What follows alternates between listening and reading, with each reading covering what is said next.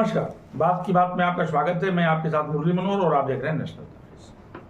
69,000 शिक्षकों के भर्ती के मामले को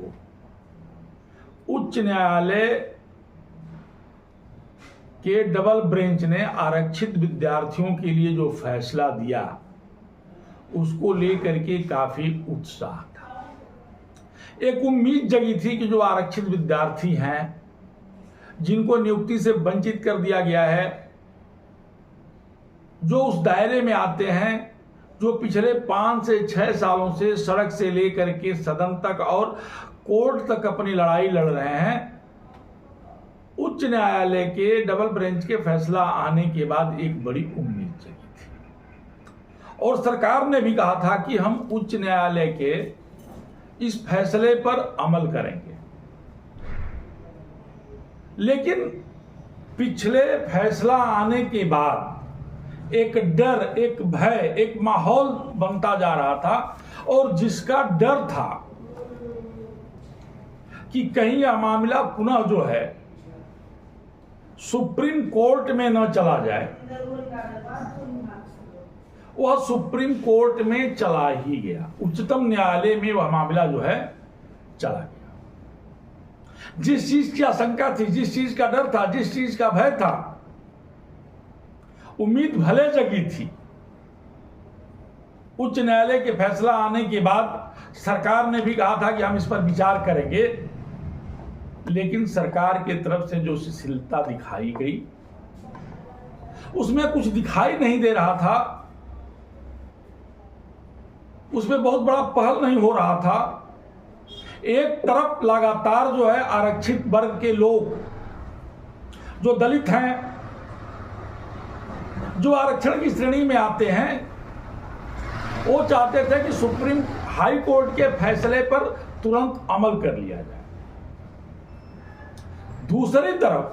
जो अनारक्षित विद्यार्थी थे, जो पिछले 4 सालों से नौकरी कर रहे थे, प्राथमिक जो टीचर बन गए थे, वो भी अपने भविष्य को लेकर के काफी परेशान थे और परेशान इसलिए थे कि सरकार की तरफ से क्या गाइडलाइन आएगी। जब उनको लगा कि सरकार की तरफ से कोई गाइडलाइन आने वाली अभी नहीं है और वो अपने भविष्य को लेकर के काफी जब असुरक्षित महसूस करने लगे, तो सुप्रीम कोर्ट में, उच्चतम न्यायालय में कई पिटीशन दाखिल कर दिया गया, कई रिट पिटीशन दाखिल कर दिया गया। और जिस चीज का शक था, जिस चीज का शुबहा था, जिस चीज को लेकर के काफी जो है शंकाएं बनी हुई थी, वह जो है साफ स्पष्ट हो गया और होना भी था।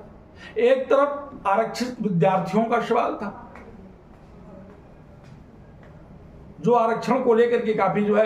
पिछले 4 सालों से विवाद चल रहा था, और दूसरे तरफ उन लोगों का था जो अनारक्षित थे, जिनको नौकरी मिल चुकी थी,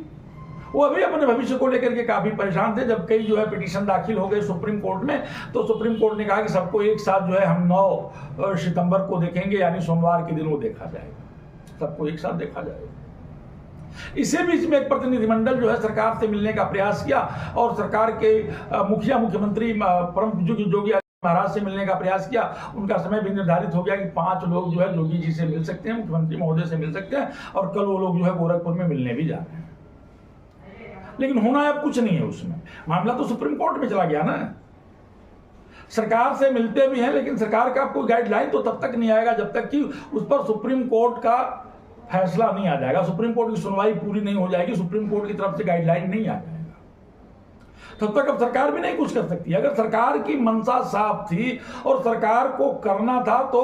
उच्च न्यायालय के फैसले के बाद उस पर जिस तरह से उसने एक विश्वास जताया था, उस विश्वास पे इनको कायम करना चाहिए।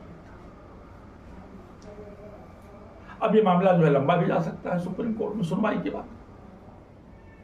लंबा भी खिंच सकता है। दूसरी बात कि सुप्रीम कोर्ट में हम और आप सभी लोग जानते हैं बहुत आसान नहीं है जाना। उच्चतम न्यायालय में जाना बहुत आसान नहीं है। वहां जो वकील हैं उनकी फीस बड़ी लंबी लंबी है, उसको हम आप जैसे लोग वहन नहीं कर सकते हैं, बड़ा कठिन है वहन करना।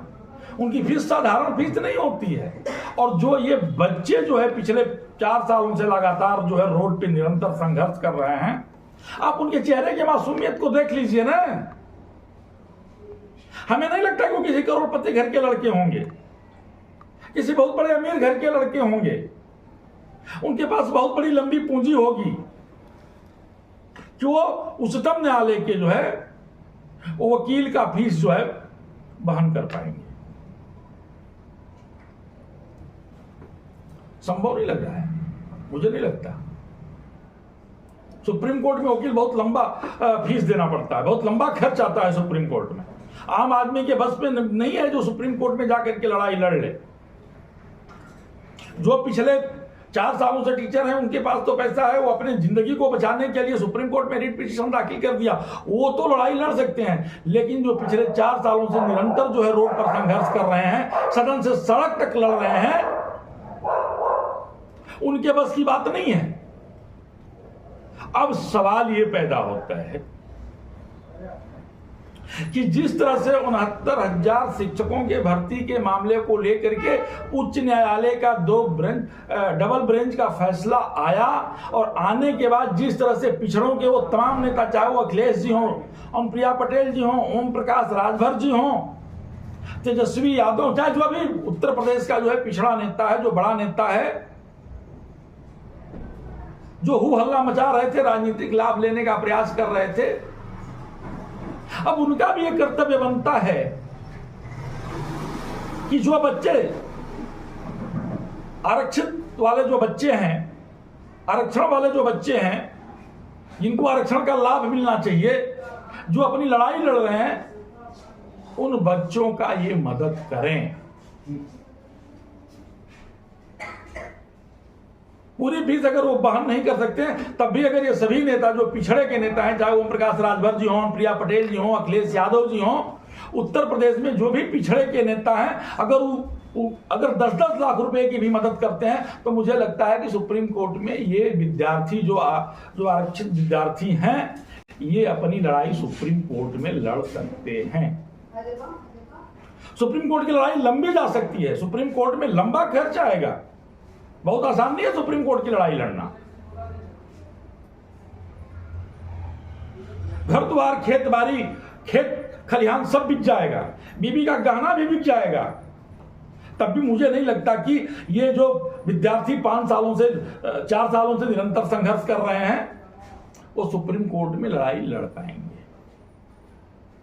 और ऐसे में राजनीतिक रोटी सेकने वाले लोग, पिछड़ों के हमदर्द बनने वाले लोग, पिछड़ों की लड़ाई लड़ने वाले लोग, जो उच्च न्यायालय के फैसले के बाद लंबे लंबे हाँक रहे थे, लंबे लंबे भाषण दे रहे थे, अब उनकी भी अग्नि परीक्षा का समय आ गया है कि ये जो है 69,000 शिक्षक भर्ती के मामले में जो लड़के आरक्षण वाले जो लड़के सुप्रीम कोर्ट में हैं, उनकी कितनी मदद करते हैं। बात की बात में आज इतना ही।